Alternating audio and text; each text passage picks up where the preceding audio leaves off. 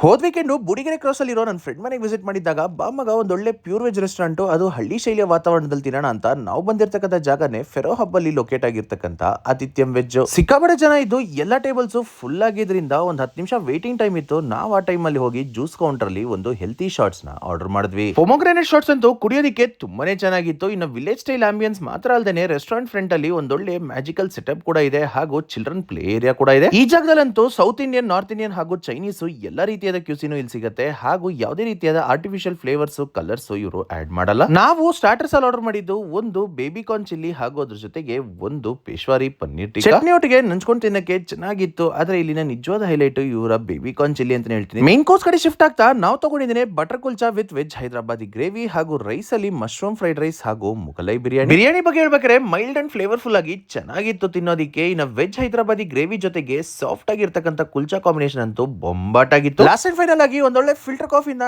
ನಾವು ನಮ್ಮ ಡಿನ್ನರ್ ಮುಗಿಸಿದ್ವಿ. ಖಂಡಿತ ಒಮ್ಮೆ ಟ್ರೈ ಮಾಡಿ.